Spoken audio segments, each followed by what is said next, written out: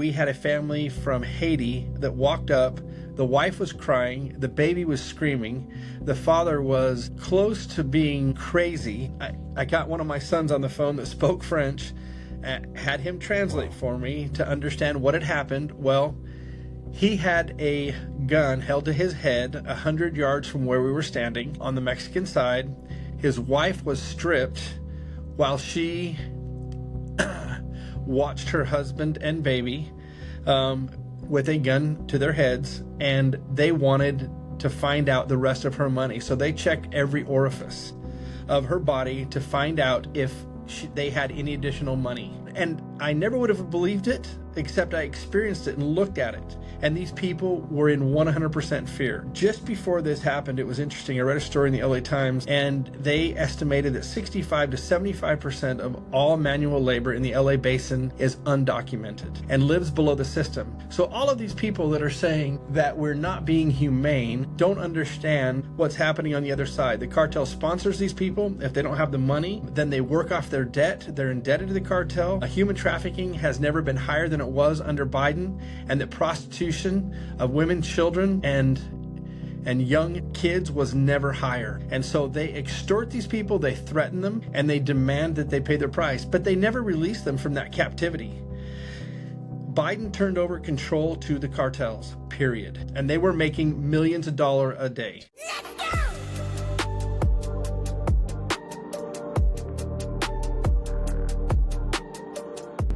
I'm actually curious, Jonathan, did you see today about Katie Hobbs? Yeah, I'm very disappointed. So we identified probably 9 years ago the fact that the Chinese had purchased a hotel in the corner property behind Marine Corps Air Station Yuma. And I made Senator McCain aware of it. And they took action, and the university that owned that hotel out of China had to divest themselves of that property. So they've been poking around for a very long time.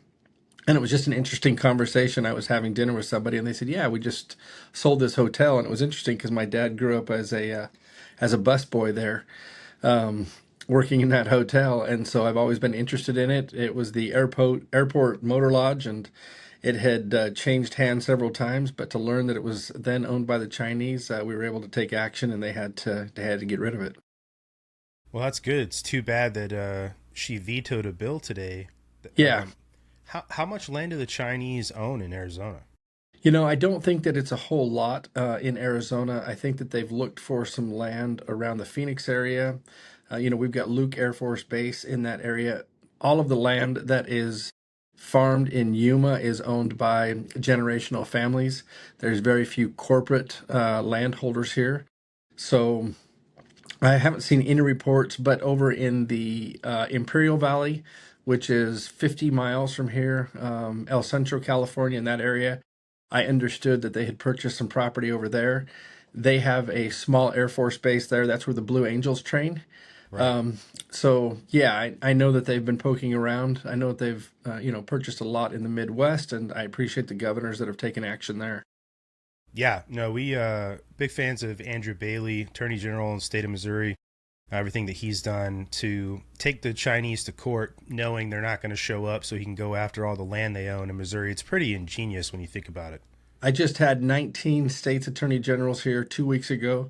Tom Homan was supposed to join them, but President asked for his assistance on pushing through the big beautiful bill, so he canceled, and I took the states attorney generals down to the border and gave them our perspective. You might be asking for his help deporting Elon Musk here soon. I don't know. Those two are at each other's throats right now. So it seems that way. Very interesting times that we live in to see. So quick. Yeah, to see things turn on a dime, you know? But just really quick for what you guys were talking about earlier, real quick search over here. According to the Grand Canyon Times, almost 10,000 acres of Arizona farmland are owned by Chinese interests, according to USDA data. So that's just farmland. Well, before Chris had hopped on, we were talking. You said you're an elected official. Forgive me, I can't remember your title, but it has to do with water, right? So I'm a Yuma County Supervisor, and in many parts they are commissioners, right? But here we call them supervisors. And then I am the chairman of the Water Infrastructure and Finance Authority for the state. Got you. So we've got multiple missions, 5 primarily, but long-term water augmentation is one of the most critical elements of the program that we're working on, whether it's desalination or moving water via interstates from other states down to this basin. Got you. How are you guys, the water that the state of Arizona has, how much of that goes to any farmland that the Chinese own? In this area, for example, and that 10,000 acres, that comes as a surprise and a shock to me, just because I know most of the landholders in this area. So if they do own land, so one interesting fact about Yuma, we produce 93% of all of your winter vegetable crops. So all of your leafy greens, like 210 different varieties. Okay. Wow. And we export some around the world, but we produce the northern hemisphere's primary vegetable crops from October over to about April. It's about a $4.5 billion industry. And yeah, I'm not aware of any Chinese interests in this region at all, and I know most of the players. Okay. It says here that most of them are in Maricopa, and I'm going to try to say this right, Pinal County? Pinal County, yeah. Pinal, okay. So very few farming operations left there. Pinal County has lost most of its water in the last 7-8 years. They actually didn't have a water allocation, so they were farming based on some excess water, and right now farming is almost negligent in Pinal County. Maricopa County, most of that farming has been vacated and been turned over to housing. You've got a little bit of alfalfa, and you've got a little bit of old school cotton, and those go in rotations. And then most of the citrus that was being grown over there has been lost to the housing industry as well. Yeah. So I really haven't seen, if they've invested in that land that was probably going to be turned over to housing authorities or to companies for housing. Wow. So you said 90% of winter fruit crops or vegetable crops are vegetable crops. Vegetable crops are grown in Yuma. That's insane. That's leafy greens. Leafy green. Yeah, that's a huge number, right? It would impact a lot of lives. How much of the water troubles you guys have in Arizona affect? Does that endanger any of what you guys do there, winter crop wise? Well, Yuma, they call it the law of the river, and Yuma's water rights are preeminent on the Colorado. And there are lots of entities that would like us to give up that water. Las Vegas, for example, would like more water, but all of the basin states, and right now that compact is being renegotiated. People want us to give up our rights. One of the critical natures of what we do is provide that food security, which is part of our national security, right? To be able to grow domestic crops, keep them here for consumption is incredibly important. So if you eat a salad from October through April and even into May, it was probably grown in Yuma, Arizona. That's pretty incredible. And then we produced after that wheat for pasta, and several large pasta makers export our wheat. It's about 20% over to Spain and to Italy and to Portugal. And they fold that into what supply that they have, and then that comes back as Barilla and other types of pasta to Yuma. Gotcha. And then our citrus industry is probably second to Florida and California. Right.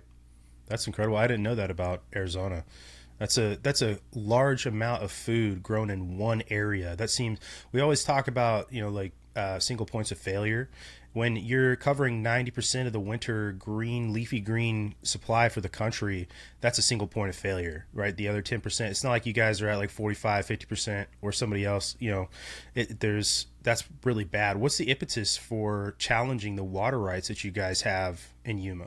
Well, primarily it's the housing industry, because they do not have an assured water supply. And for example, over in Pinal County, they were issuing subdivision reports and granting new subdivisions with 50 and 75-year water supplies instead of the required 100-year water supply. And so all of those metropolitan areas that want to continue to grow, that have seen rapid growth and sustained growth, you've got a lot of people leaving California. But Yep. if I could digress real quickly, Please digress. the only reason that I was able to get Mayorkas to come to the table to finish up areas of, let's see, we had 11 gaps, and we had 9 gaps in direct proximity to our fields and the city of Yuma. And so Okay. I worked with Senator Kelly to get Mayorkas here, and they actually filled 9 of those gaps so that we could preserve the agricultural industry. Now, the funny thing is that Trump wall was sitting there on the ground, but the Biden administration, because they had promised not to put up one more foot of Trump wall, insisted on bringing out the Corps of Engineers to create a brand new design, and they ignored all of Trump's material, and then they built their own wall. But at least they gave us that additional security and support. It took them 2 years to do what Trump would have done in a month, but we got it done, and we were able to provide security to the agricultural industry. What a perfect microcosm of partisan politics and government inefficiency. I live it every day. Yeah, I believe it. Didn't they end up selling a lot of those Trump wall materials back? Well, what they ended up doing is putting it on govdeals.gov and allowing several different online companies to sell off that material for probably 10 cents on the dollar. Wow. And they buy it, and because of it being a government contract, when they buy it back, it's always marked up by 90%. And we still have about $3 million worth of fabricated fencing right next to where Mayorkas put up that fence. And so I had Laura Trump and Pam Bondi here right before the election and gave them a border tour for a couple of days. I took them, I showed them the material, and I said, after you win this election, please come and remove the Biden wall and let's finish this up right. Yeah. Yeah. You said that you had 11 gaps and 9 of them got closed. Is those other 2 gaps still wide open? Yeah, and one of the gaps is a challenge because it is on a tribal nation border with Mexico. Okay. Right. It's not the Tohono O'odham, it's another local tribe. They have come to the table. We've had several meetings with a bipartisan group of senators, and they acknowledge that something needs to be done. The interesting thing is that they allowed us to put Normandy barriers or legacy barriers there, but they look like the Normandy barriers. Yeah. And that the sole purpose of those barriers is to keep our tractors from being stolen into Mexico, because they've stolen about $5 million worth of our tractors and then driven them across the lower area of the Colorado River into Mexico, and they've disappeared. So they allowed us to erect that legacy barrier. That's crazy.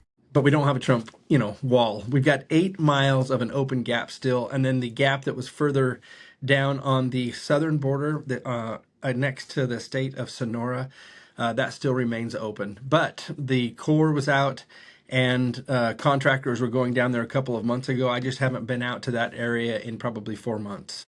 Got you. So when you took Pam Bondi and forgive me, I can't remember who else you said out there. Laura Trump and Morgan Ortigas. Yeah. Okay. What are you showing them other than these gaps? So first and foremost, they want to go to where the Trump wall ends, and they want to see it for themselves. They want to see where 700,000 to 800,000 people have walked across the border in 1 foot of Colorado River water and turned themselves over.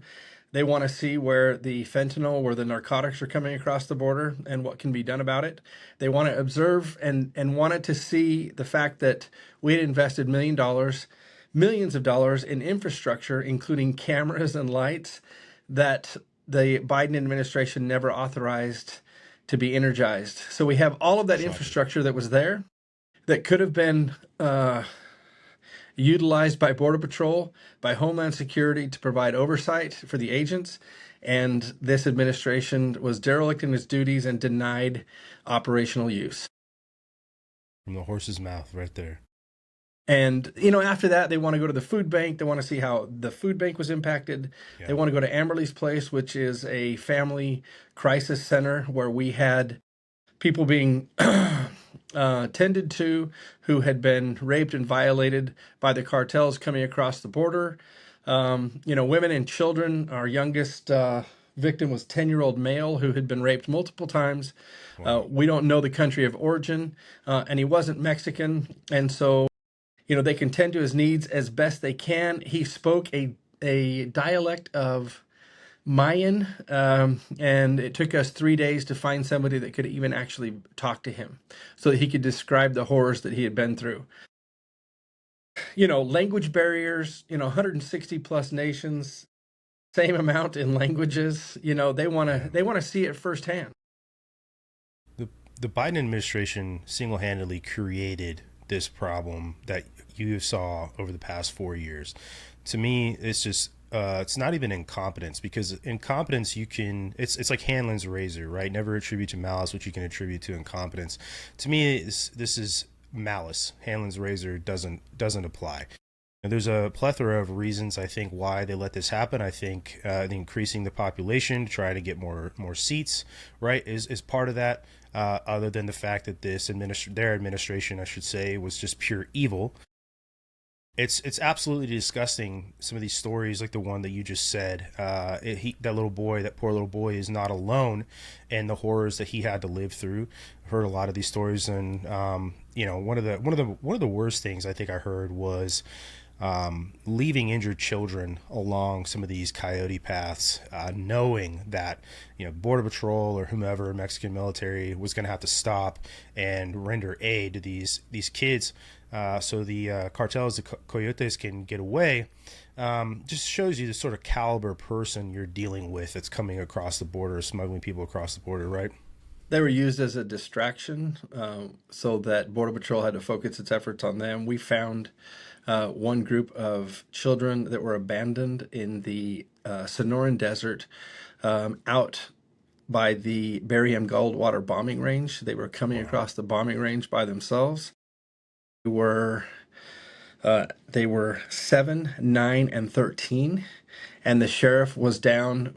The sheriff requested the use of a helicopter. We gave him a budget for that, and he was down doing some recon. They were looking for someone else, and they came across these children that they weren't even looking for. Yeah. And that's one. Those are 3 of probably 200 to 300 children that we found abandoned in the desert, or abandoned coming across the border. I was down with Governor Ducey. We were on the border. We were in that area directly adjacent to the Trump wall, where people were walking across the Colorado, and the agents brought to us a 4-year-old boy with a note taped to his jacket saying, "My mother lives in South Carolina. Here's her phone number. Please get me to her." Sheriff called me up one day, asked me to meet him down at the border. We went down and talked to these agents who had identified children who had been across multiple times. They said, this is the 2nd or 3rd time we've processed this child.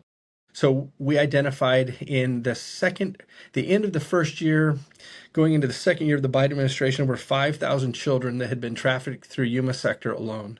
They were being rented out, and who knows what was happening to them, as a price to create a family unit. And, we still have over 300,000 children that are unaccounted for. Just after the inauguration, our sector chief, who had retired, who did not want to work anymore under the Biden administration, I had introduced him to RFK when RFK came to the border to make his Midnight at the Border documentary.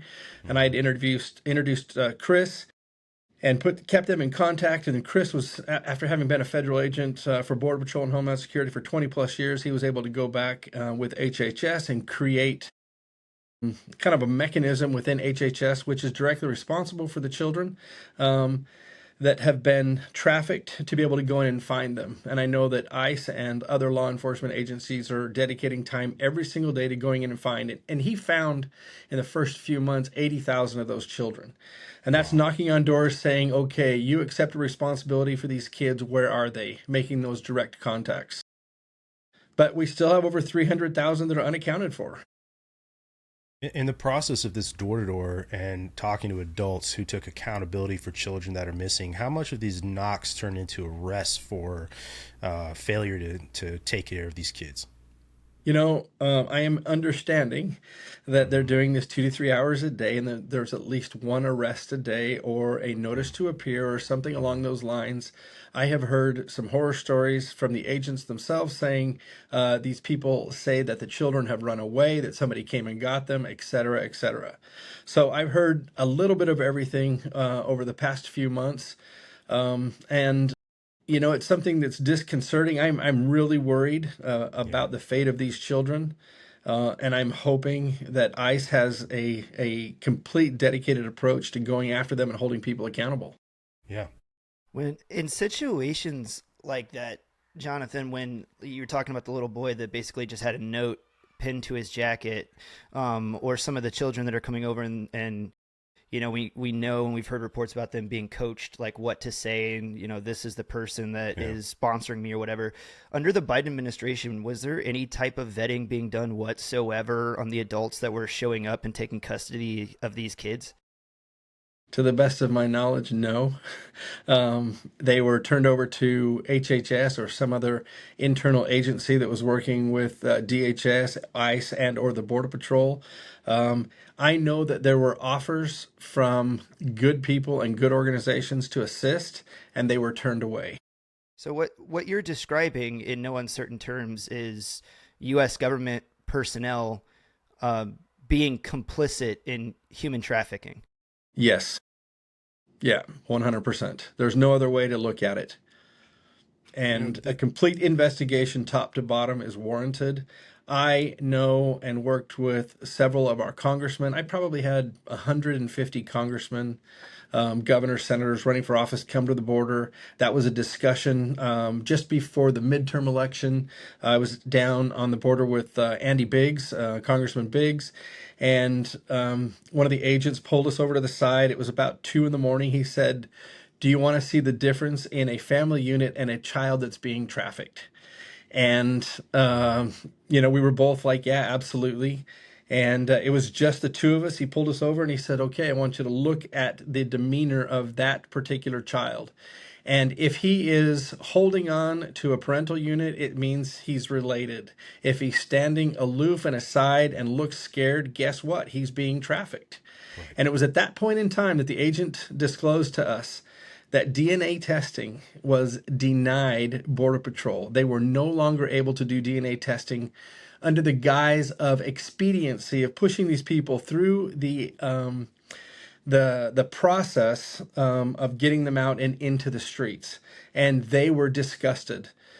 Just before Trump came into office, I know that a few sectors had taken it upon themselves to contract privately with other groups to come in and do DNA testing because they had had enough. Yeah. I mean, these are active decisions to not vet people and ensure the safety of children. Yeah. Like if What you were in the care of a child and you made a decision on your own to not do in the best interest of that child, you would lose custody of that child and very likely go to prison.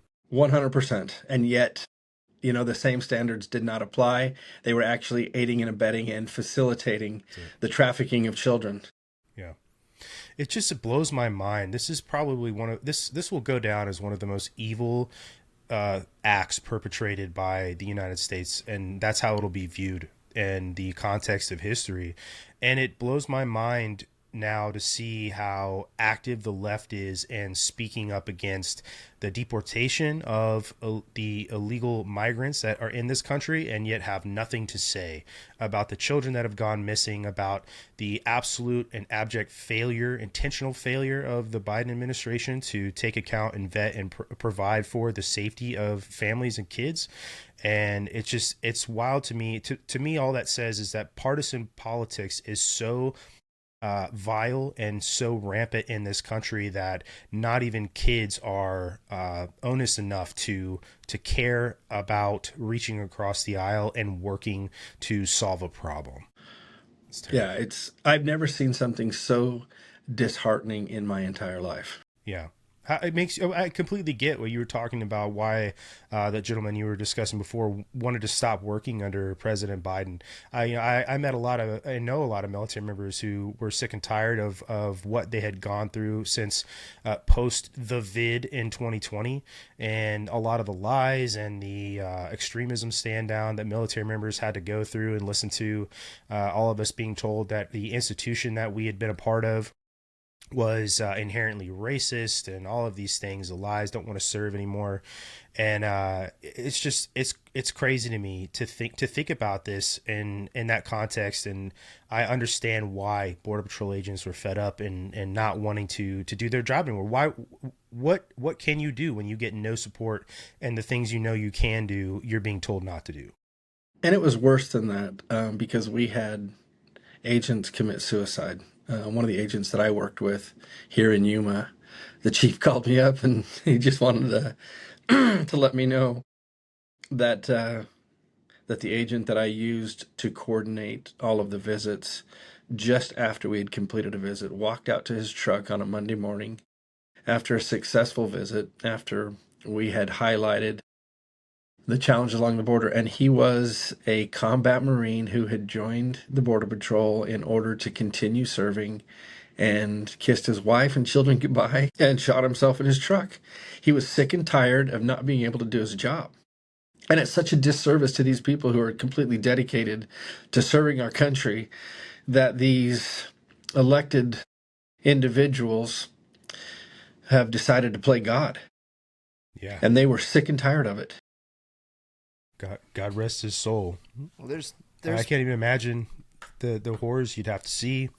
I was a cop in the military for 15 years, and I've seen some pretty terrible things. And to be a combat Marine and then to go to Border Patrol, and with the thought and belief that you're helping people and continuing to serve your country, and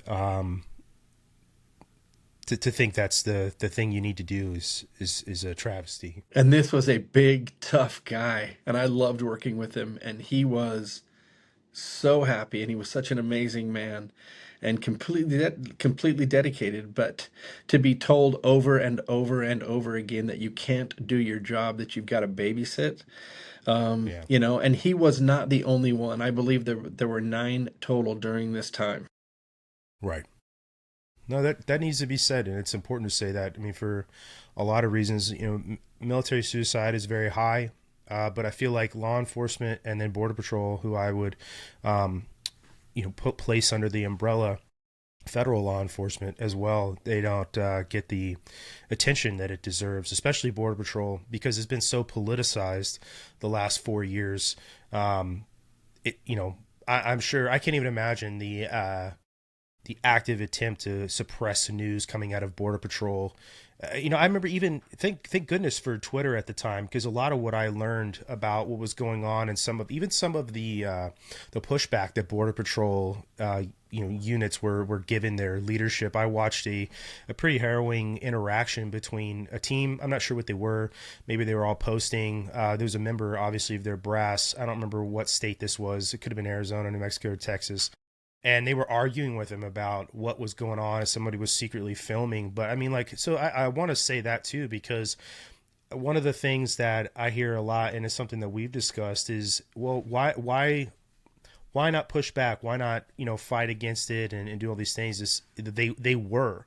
And the better solution is to stay where you're at and do what you can with what you can where you're at, rather than, stopping altogether, I guess.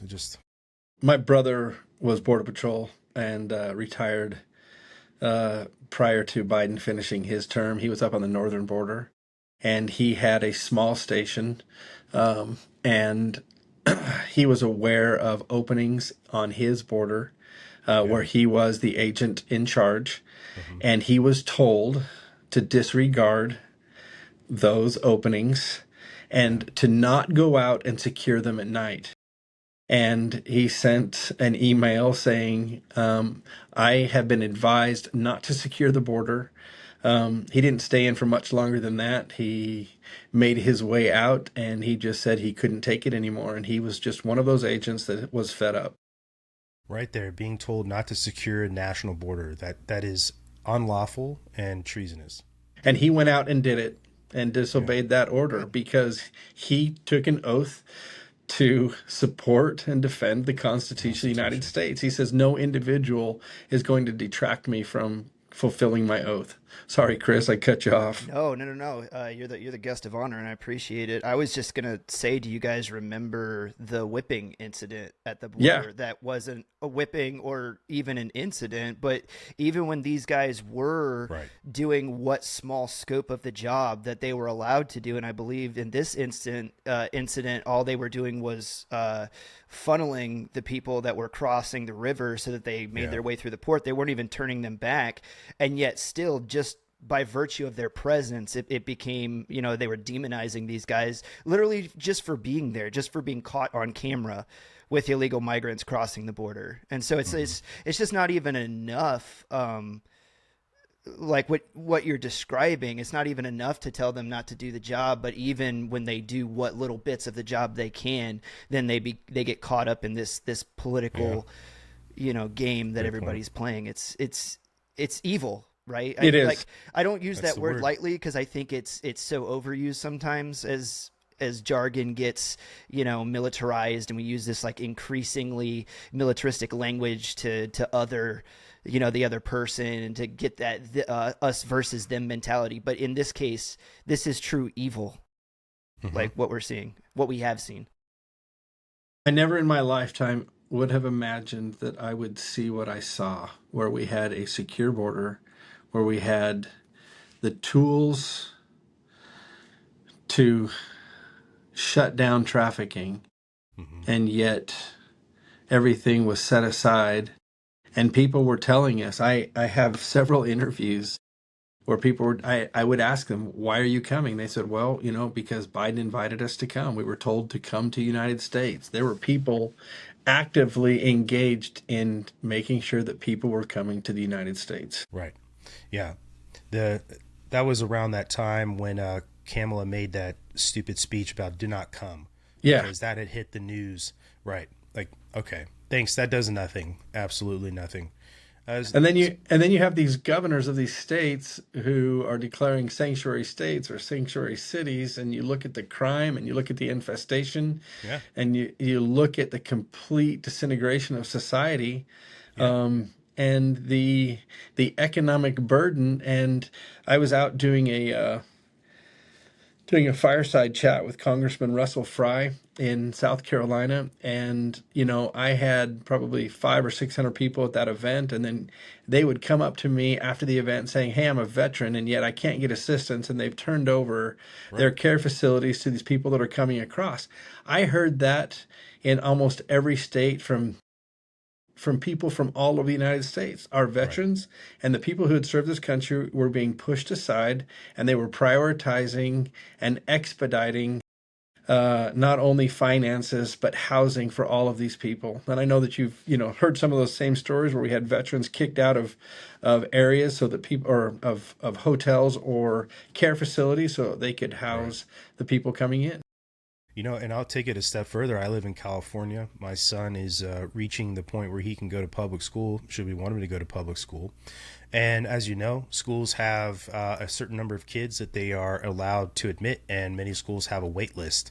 And my son, being an American citizen born here in this country, to two veterans who are both American citizens born here in this country, is lower priority than kids whose parents are illegal migrants to this country. And he may or may not, get a spot at that school should we want him to go. So it goes further than that, right? You're talking about children getting an education and American children not being prioritized, which is backwards. Yeah. There are You certain know, communities where an entire classroom and not a single child speaks English.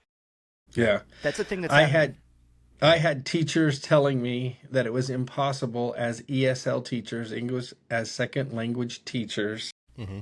to teach because they had kids from such diverse backgrounds that it was impossible for them to communicate. They did not have the Different resources. dialects. Yep, different dialects or different languages that they weren't That's equipped crazy. to handle.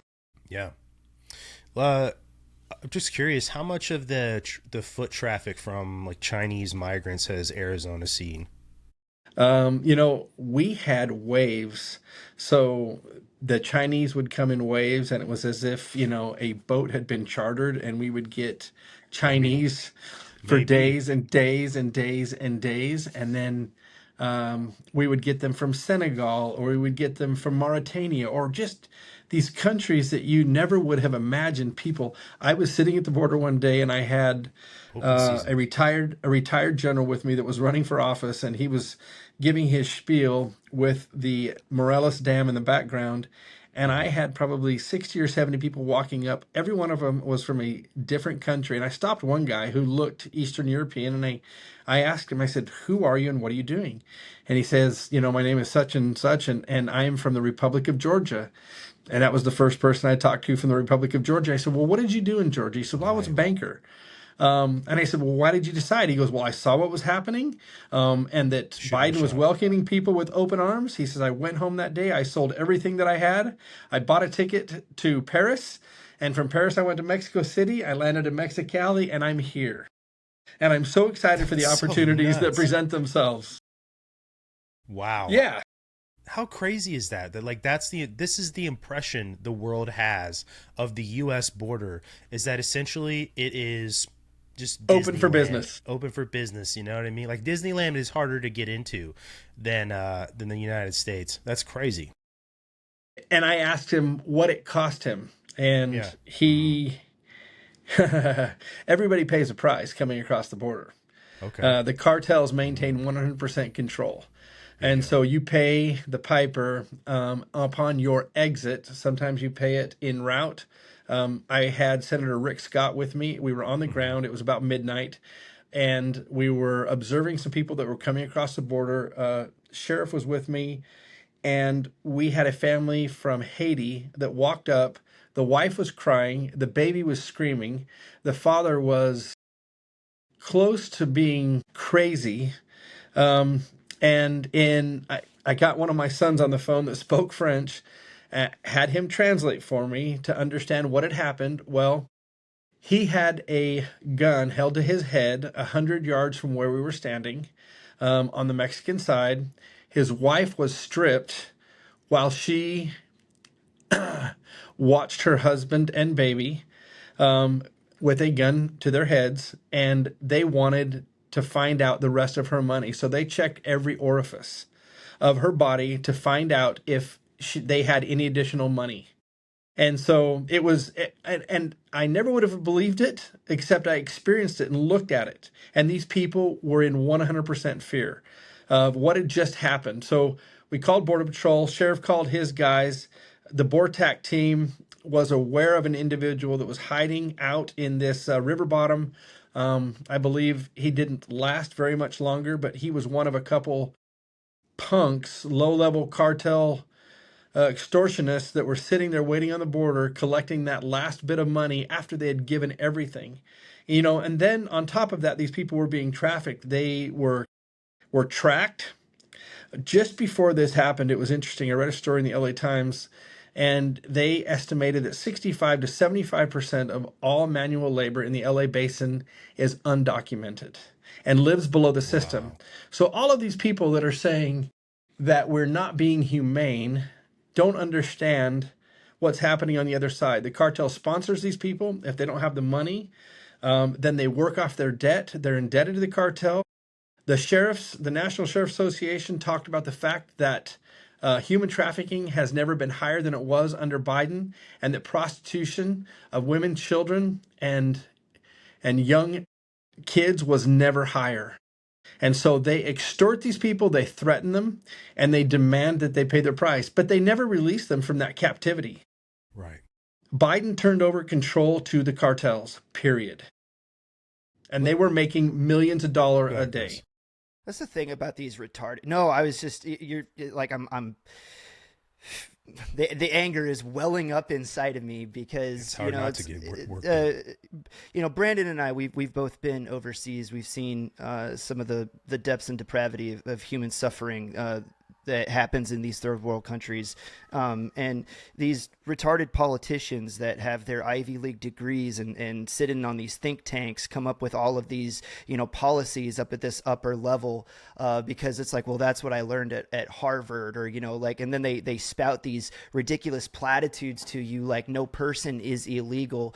And then just never have to come face to face with the fact that they themselves are creating the black market, that they themselves are furthering the institution of slavery that's happening inside of the United States through these like, just again, evil open borders policies that create the opportunities, which, because there's always going to be bad people. That's the thing, right? There's always going to be shitheads. And it's like, so through these open borders policies, you're creating the business opportunity for these evil men to do evil things to people. And then, they're never going to go into the inner city, and they're never going to have to come face to face with the way that these people now have to live, because they're, quote unquote, they're just undocumented. But oh, guess what? They can't hold a normal job. They can't, get on or going to be part of Social Security. They can't, like, healthcare isn't there for them. So then they start plugging up the local ERs because it's the only way that they can see a doctor. And waterfall effect. It all just starts compounding all these third and fourth order effects that they themselves are creating. Well, sorry, a little bit of a Pelosi said. She said that quiet part out loud. She says, we need people to go and rebuild Florida. We need the workers. She said it. Right. Slavery's okay. She knew exactly what they were doing. Yep. Slavery's back on the menu, boys. Well, I think that's one of the most frustrating things to me. Like, right after Trump got elected, that got really popular for a while, about getting rid of all the illegal migrants in this country. It's like, well, who's going to pick our crops and who's going to go out there and pick food? It's like, so you're telling me that your solution to the problem and the thing that quantifies this for you is amnesty. Slave labor. Right. Yeah. The 1860s called. They want their political points back. That's right. There you go. Exactly. I think they haven't been happy since Lincoln. Yeah, exactly. There's this whole thing, the Emancipation Proclamation, slavery's not okay. No, it's just wild. Chris, you touched on something for the medical stuff, and we didn't even talk about what happened at Yuma Regional Medical Center, our local hospital.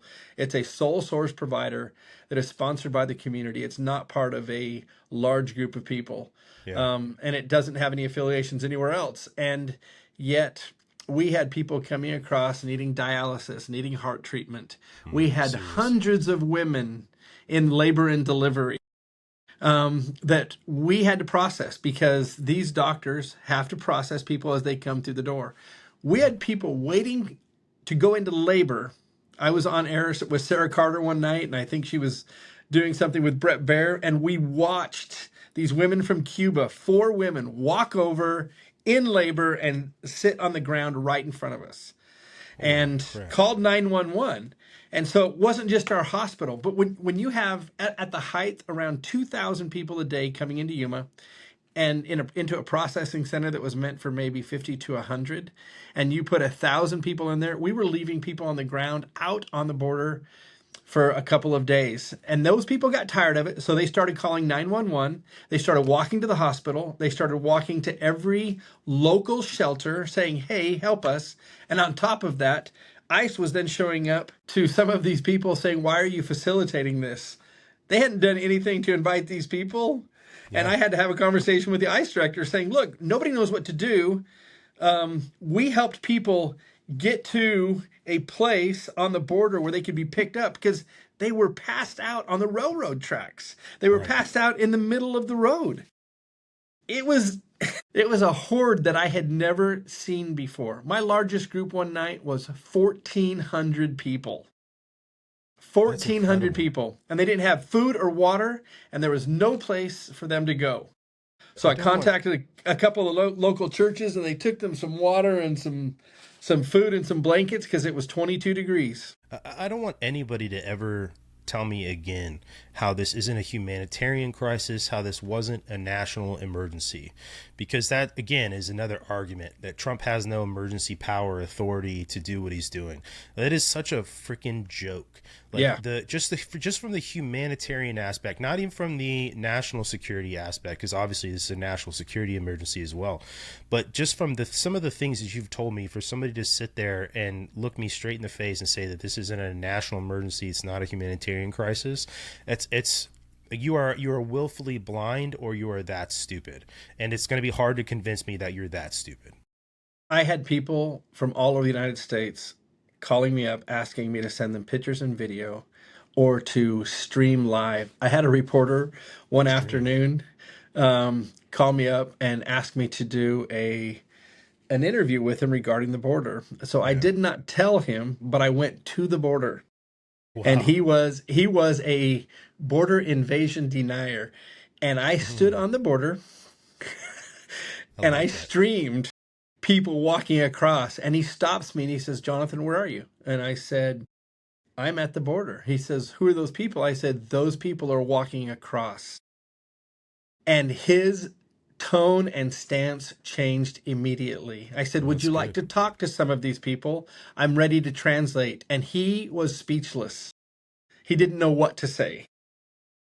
I mean, thank goodness that that person that you were talking to had the brain capacity to change his mind, because how many people would you have shown that to and then would have denied it? It's just like the Allied troops did during World War II and marched the Germans through concentration camps, and they still To acted like see, it wasn't real. yeah, to Yeah, see what had happened. yeah, My absolutely. grandfather was serving a mission in pre-war Germany and uh, had to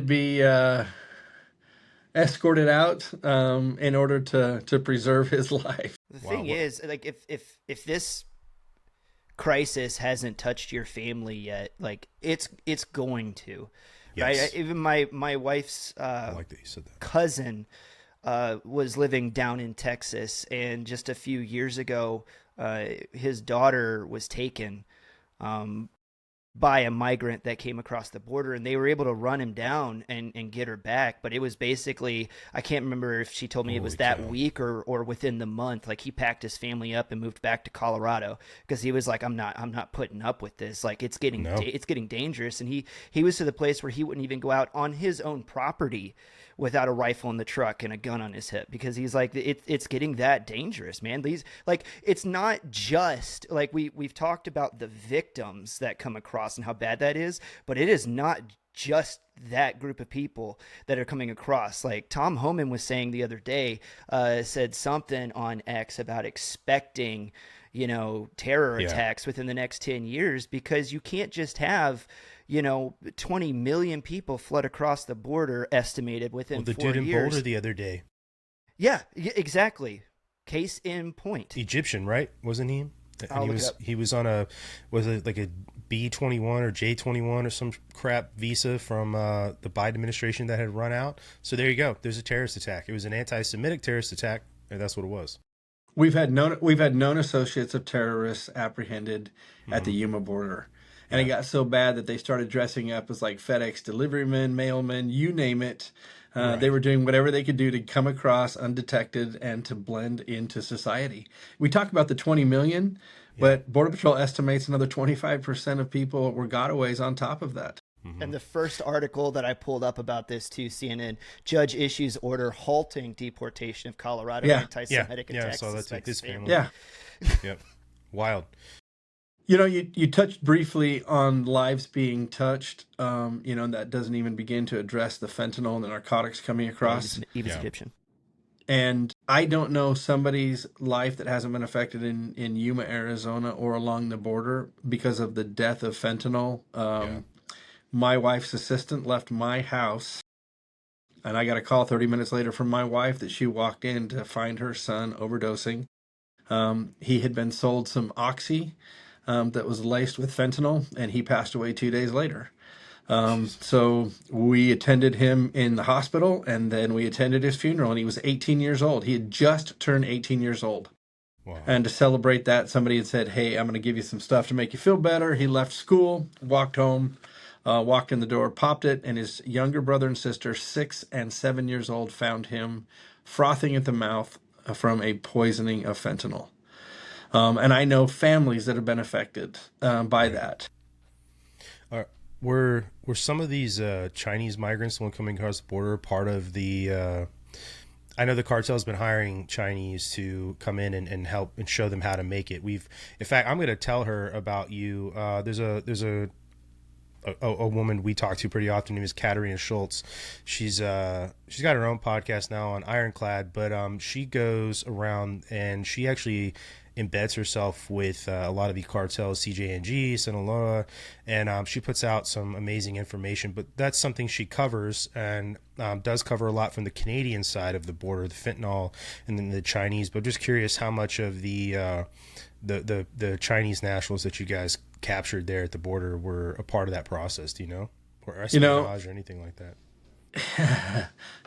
The sector chief would post pictures of the people that they had apprehended with known ties to transnational organizations. Mm-hmm. And after about 6 weeks of posting these pictures, he called me up and he was told by Washington, D.C. to stop posting it. So he could not release any more of those statistics. Just full on lies. Just full out lies. Not even a total 100% cover up. I hope there needs to be arrests and lifelong prison sentences at the very least for this stuff. I heard you say before that the cartels have gotten to the point where they're in the United States and they have made their way into municipal leadership. And I live in Northern California. Okay. I am in a very agricultural part of California. You've got cartel embedded in your arena. Right. Well aware, yeah. Can we talk about that real quick? The perspective that you can offer is priceless. We could start with, like you said before, some of this cartel leadership has made their way into American leadership. Yeah, they've done everything they possibly can do to embed and ingrain themselves into society. And the National Sheriff's Association and the Western State Sheriffs, I've had the opportunity to work with several members and to host them here into Yuma and to hear what they have to say and to understand the challenges within even some of their small counties where they don't have the support. And they know what they're dealing with, where the cartel is 100% part of their vocal opposition within their communities, even working with elected officials and sometimes tribal nation to prohibit and inhibit their ability to enforce the law. Yeah. Well, working with the tribes, I mean, there's no federal authority there at all. So, and that's FBI and who was running the FBI. Right. Yeah, exactly. I've been saying it for a long time. When you look at some of these cases, like the Judge Dugan, right, in Wisconsin that got rolled up because she physically helped escort a person that was getting ready to get deported out the back of the courthouse so that, you know, they wouldn't get rolled up by ICE. But, you know, when you look at just how vast the cartel system is and how smart and sophisticated their operations are, and then the amount of logistics that they have in place, like, you would be an idiot not to assume that they don't have people inside of government institutions watching out for them or people on their bankroll. You would just be an idiot not to assume that. So on the other side of the border, San Luis Rio, Colorado, we've had over 500 murders and assassinations during the Biden administration. Over 500. 506. Police, law enforcement, state, local, and federal, judges, retired, active duty, and you have two cartels that were warring, and they were fighting for the right to traffic in individuals and in the narcotics. And it got so bad that tourism was absolutely cut off. The State Department issued several notices, saying that it was not a good idea to travel there. But it got so bad even on the Mexican side that the Mexican president deployed the Northern Army to replace all state, local, and federal officials in those regions. Right. Because there was nobody that they could trust or work with. That's crazy. These cartels here, can you give an example of the infiltration of, like, American political leadership within some of these states? I've seen the reports in Oregon. I've seen some reports in California where they've gone over. And, oftentimes it's by threat, right? You don't do this, then somebody's going to get hurt. It's not not necessarily that people are signing up to be state sponsors of terror and work with the cartels. They're being threatened to do it. Right. And, even as far as over the last couple of weeks, we've seen things on the eastern seaboard and in a couple of southern states where cartel members have been arrested, and they have been what appeared to be good, upstanding local members of society. But Right. they were leaders, for example, in the Sinaloa cartel, or part of the New Generation, or, one of those other cartels. And now they're working together. They've decided to band together to fight the United States. Yeah. Yeah. I've heard rumors that the cartel presence in the United States and has made even the growth and sale of marijuana more dangerous. Is that true? Yeah, absolutely. I mean, it first started happening in Colorado, where they uh, allowed marijuana to be grown and sold, and then they started bypassing that so that they didn't have to pay the taxes. Mm-hmm. And they started working with foreign nationals. There were a lot from Vietnam, and Really? I believe from a couple of other countries that were going in and buying up neighborhoods and then sponsoring them, and said, you can work under our um, control.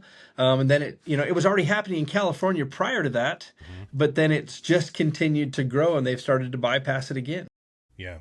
That's where I've heard that the rumor about that is happening here in Northern California. That really, I mean, you could go on any of these hiking trails, right? Because there's a ton. Northern California especially has quite a few hiking trails. And often the reports you'll hear are markings on trees or dogs tied to trees. And these are just indicators of places not to go. But I know, too, that like even hikers or whomever have gone and not come back, and that's sort of the rumor that is being suppressed, is that this is cartel action going on up there, and there's an effort to sort of, like I said, suppress the information coming out about that. About 15, 18 years ago, they decided that it was too difficult to get the drugs across the border. And so why smuggle them into the Yeah. United States? Let's go Right. over there. There's ample water supply. Northern California, Washington, and Oregon is where they started, going into these rural areas, taking control away from local farmers, kicking them out, threatening them, with murder. Some were murdered. I know that just outside of Sacramento, they had some challenges several years ago, and there were several people that were murdered because of their inability to get along with the cartel and turn over their operations, and the water thefts, etc. Yeah. So they've ingrained themselves, and they decided, yeah, we don't want to smuggle it across. We're just going to grow it here for domestic production. Yeah. Easy peasy. Well, have you guys seen the show Tulsa King? John, I know you said you don't get access to your TV anymore because of all those kids that you have, but Brandon, have you seen Tulsa King? I have only seen clips. I have not seen the show. Is that the one with Sylvester Stallone? Yeah, Sly Stallone. I've seen two clips, but I've never watched an episode. So he gets out of the whole shtick of the show is he gets out of jail after doing almost a life sentence for a murder that happened in he's a mafioso, right, from New York, and he goes to jail for this murder, and he gets out after the life sentence, and he did his time. He never talked. The guy that actually committed the murder got away with it, and so he's a made man. So he comes back to the family, and they go, well, hey, there's not enough, we're going to send you down to Tulsa, and you can go run operations down there and basically kind of go out to pasture, and you get to be the boss down in Tulsa. And so it's like literally episode 1, he comes flying in, and he drives past a weed dispensary, and he's like, what in the world? And the dude's like, oh yeah, it's legal now. And he's like, okay. And so he walks in, very first thing, and he walks into the back to the guy who runs it, and he goes, this is all mine now. Pulls out his piece, and he's like, open the safe, I need to make a withdrawal. And he goes, and since you work for me now, I'll protect you and make sure that you don't get raided by the FBI. And the guy's like, why would I get raided by the FBI? This is legal. And so, but the whole point of the show is, it's like, That's awesome. If the liberal writers, for Amazon or whoever, can come up with this and realize how simple of a scheme this is, Right. why would not the cartels that do this for a living not be able to figure this out, right? And do it infinitely better. It's asinine to me, the way that these people think, man, and how simple they can be. Yeah. You And mentioned it's sad. earlier. Go ahead, Jonathan. Oh, no, no. I was just going to say it's sad. I mean, my daughter-in-law was a social worker outside of Seattle for a couple of years. And God bless her. after they passed the law to allow hard narcotics, the small use of hard narcotics, Yeah. she had never seen the horror that became when she was working for the state, going and taking needles to people or checking up on them, and their Yes. address was under the bridge or down by the park. And Right. she says, I've had enough of it. And now she lives in Mesa, Arizona, and she's a school resource officer, a counselor. She says, Yeah. I can't do this anymore. One of the best books I've ever read is San Francisco by Michael Schellenberger. I don't know if you've read that book or I met. have not read that, but I've heard about that. Yeah, and it covers explicitly, implicitly, or explicitly, and in great detail, the open air drug markets in San Francisco specifically, like what you're talking about, where there are medical professionals or even appointed people who are monitoring people's drug use, and they have these partitioned off safe areas for drug addicts to go and use, where the dealers are lined up on the other side of the street because they know that the second these guys leave, when they get clean, because there's the opportunity there to go and detox as well, right? Which just seems wild to have somebody trying to detox next to somebody who's using heroin in a safe environment. They just walk across the street, and the drug dealers obviously are vulture pieces of shit, so they're just waiting for them, and then the cycle repeats itself, right? And that book too, I like giving this statistic because I think it sums up both the drug and homeless problem that this country faces, and the amount of money that the state of California and especially the city of San Francisco spends on homelessness and has not solved that problem. That in 2019, I think the number was 5, but 5 light posts in the city of San Francisco had fallen over and needed to be replaced because of the amount of urea that had made its way onto the base of these light posts, that it had corroded the base of them and they had fallen over. I don't know how much urea needs to go onto the base of a light post, but that's a lot, especially for it to happen 5 times. But, I can't imagine working in an environment like that. And, I don't know, and I'm just going to tangent real quick here on this, but one of the things that Schellenberger talks about in the book is like the European approach to handling the drug problem. And one of those is to provide drugs legally.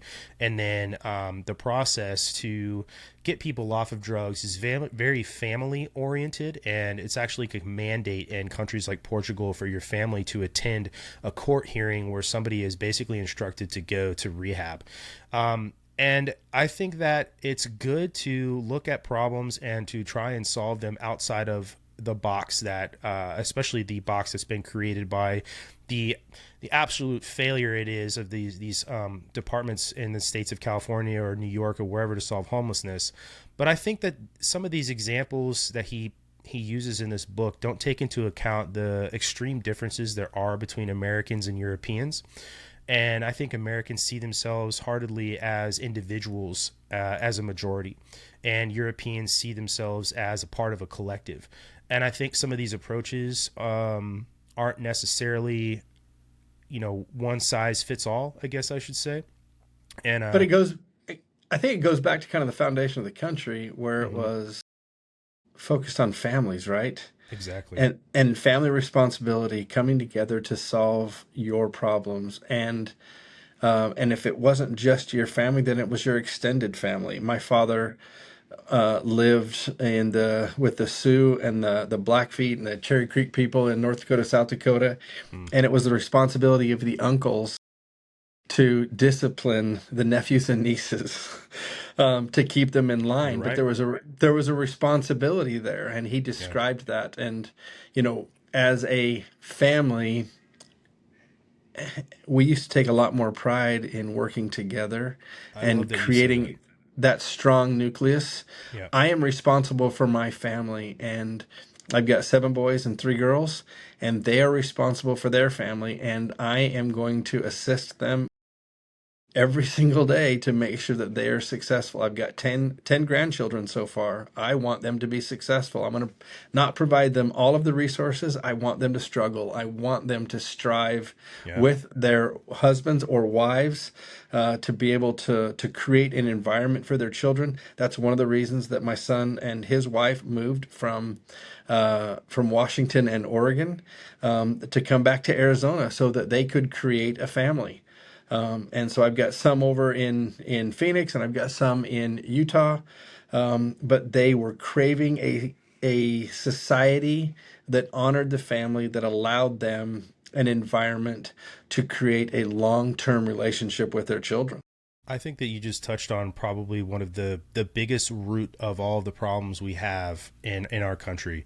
To tie it into the country of Portugal, like I said, and mandating family being involved in that recovery. The destruction of the American family unit has been a process for the past several decades, and even having a solution like that. And I know there are a lot of people out there who are family members to drug addicts who do a lot and put themselves through a lot to help out their family member. The family unit here in this country, I think, is one of the biggest reasons why we have these problems. And that having a lack of sense of family, not even just sense of community, but a sense of family that so many, I see at least from so many Americans is the thing that needs to be fixed. And I think a lot of other things would fall in place if there could be a return to understanding that the family unit is the most important piece to society.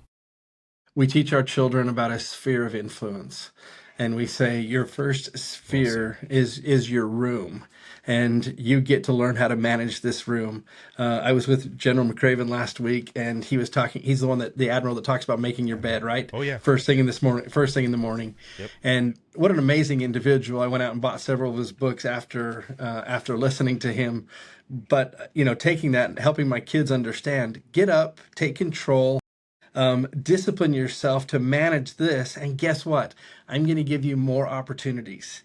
And then teaching them about that sphere of influence within their family. Hey, we're a team. Before you're a member of a sports team or anything else, guess what? You get to be a part of our team. And if you do that well, you get to be part of other teams. Yeah. And so that microcosm continues to grow. And learning about service. Yeah. I think is absolutely critical. So we try to model that for them to be a part of our community. So I'm in a men's group, and we sponsor lots of different activities. I've been the chairman of the food bank, the chairman of Amberley's Place, chairman of other organizations, and I bring my kids along with me to provide service to the community so that they understand and have a vested interest in their neighbors being successful as well. Yeah. And I've got several sons that have served missions. I've got one in Ecuador right now. I've got one son who gets his wings next week from the Air Force. That's awesome. Congrats. Thank you. But it's part of that larger service above self. And I know this is what Rotarians say, and I've been a Rotarian for a long time, but I've ingrained that in them. And that if you want to create a strong family, then you take that into your community and you create more of an opportunity for your children to thrive. And I think that's where, as a country, we've fallen off and we're not focused. We're focused on everything else. We're focused on pleasure in the moment, and we're not focused on the service aspect enough to make sure that our friends and our neighbors and everybody else is doing well at the same time. Chris, I'm what sorry. would I like to say here? No. We even have a T-shirt. If you send me your address, I'll mail it to you. It says citizenship is not passive. And I would say that you are the embodiment of exactly what Chris and I talk about all the time, and that the government is a bottom-up institution meant to be controlled by the people, and that what you're doing is actively taking part in that, and then you're fostering a generation of people who understand that they have to actively take part in that, and that is exactly what's supposed to be done. How am I going to sustain my country and the sacrifices that have been put forth if I don't actively participate? And that's the same question that I've asked my children. We enjoy freedoms, and they've had the opportunities. My wife and I have traveled to 35, 36 countries. We've seen abject poverty. We've seen the best of society, and we've brought it back home, and try to help the kids that they need to get outside of their bubble to see things from a different perspective, but ultimately to be responsible for themselves, responsible for their family, Yeah. and to stand up and take care of the least of those that can't do for themselves. Now, I'm a diehard super red Republican, and yet I feel like I have a responsibility to take care of people or provide them with an opportunity to be able to provide for themselves. You know, oh, it's just frustrating. I'm Well, I sorry. love your passion. Yeah, no, same. And I have so many thoughts rolling through my head right now about all the topics that you just covered. But it's the going back and just looking at like the homelessness issue or the drug abuse issue, Brandon, because you brought up such a good point when you were talking about the safe spaces, right, in cities like San Francisco where they allow people to use, and then how that creates the cycle because it just creates the business opportunity for the Yeah. dealers like sitting right outside of it. They know where to go. Because one side of the political aisle thinks it's like, well, homeless people are homeless because they don't have homes. So if we just give them a home, then they won't be homeless. Ipso facto, homelessness solved, right? And it's the whole like it's such a simplistic, overly simplistic way of looking at it, and you can tell it's like you're not a serious person, right? So I don't think that you have the IQ that is required to think through problems like this. But it's the old like give a man a fish versus teach a man to fish mentality. And I would argue that the person that's just like, well, he's hungry, give a man a fish. Like, okay, you are actually being more cruel to that person because now you are actually holding them in their ignorance so that they are beholding to you, that like now they need you because you are the one that's supplying them right with their daily food. That makes them dependent on you, and that is more cruel than you teaching a man to fish, which is saying I care about you to the point of I don't want you to be dependent upon me. I want you to be able to be self-sustaining so that you can go out and then do bigger and better things, right? And so you look at the again, going back to the drug and the homelessness issues in some of these big cities, right? It's like you giving these people a place where they can go and participate in this habit, right? That is killing them. How can you look me in the eye and tell me that you're being kind to that person? Yeah, I know the argument would be, it's like, oh, well, we care about them and we want them to have a safe space so that they can be monitored and do it. No. You're not being kind. You're holding this person in a pattern of dependency. Like it's still slavery to the system, right? See? Exactly. It's still slavery to the system. Right. I'm going to take care of you, and let's raise taxes so that I can create additional programs so that I can be good and take care of you. Yeah. Right. That's the old government creates a problem, then Yep. has to like create a group to go and identify the problem. Then it raises taxes so that it can solve the problem, thus creating another problem, and then we just go around the cycle all over again.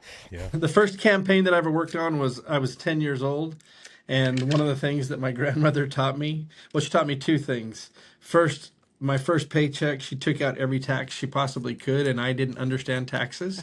And I about had a heart attack at 10 years old, asking her where the rest of my money was. And she said, this is what Reagan wants to give back to you, and other people want to take it away. So I was a diehard Republican from the time that I was 10. Now, the other thing that she taught me was one of the things attributed to Reagan about, I'm from the government and I'm here to help. And she just said, look, if anybody says that, Jonathan, you are the master of your own universe and you don't need anybody else's help aside from your family. And you need to run away if somebody says that. Yeah. Well, what you just said on is another point we talk about all the time is that this process that you take your family through to teach them to be self-reliant is one of the greatest inoculations to tyrannical government and the government inserting itself into portions of your life and community where it doesn't need to be. If you can be dependent upon yourself and you can create a community of people that you can be dependent upon, you don't need somebody else to come in and do it for yourself. And I think that most liberals want the government to act in loco parentis to them because they think that that's true freedom. And I'll use the same analogy I use all the time. The lion in the zoo may be fed 3 square meals a day, but he is still in a cage. 100%. 100%. I love teaching the children about self-sufficiency. I loved the old scouting program, and was very invested in that, making sure that they understood what they were capable of doing and testing their mettle. I still use kind of the basic outline to teach. We don't affiliate ourselves with that program anymore just because of Right. what you are forced to do under the auspices of the scouting program. But it's incredibly important. I am a firearms instructor, and I do a lot of Very cool. shots classes. But one of the things that I did is for my daughters, I sent them to the NRA. Well, they actually were given scholarships by the NRA to go to the Whittington Center for 2 weeks so that they could be embedded and learn on their own from professionals and then come back. Their brothers, was firsthand, but I wanted them to experience a different aspect of that responsibility and accountability. And they were able to excel and do better than most. And I love that they had the opportunity to field dress an animal, that they understood and knew how to do It's a it. skill. It's a skill, right? And it's just not taught anymore. No, absolutely not.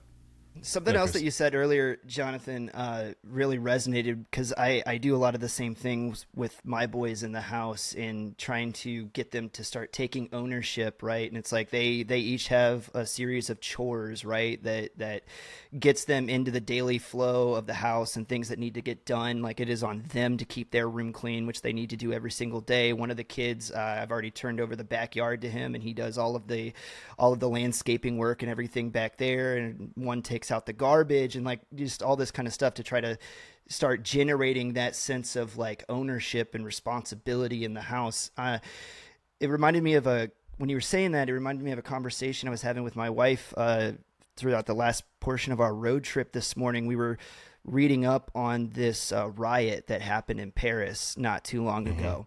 And I just offhandedly made the point that, well, it's like, if you look at the ethnicity, a lot of these people that were participating in the riot, a lot of them don't look ethnically French to me. No, and not at all. It's a lot easier to be okay with burning and destroying things in a place that's not your home because you don't have any ownership in it. You don't care about it. This isn't a part of your heritage or your culture. So when you look at the Eiffel Tower or Nostradam or whatever the case is, like it doesn't mean anything to you. So it's okay to tear it down and be done with it.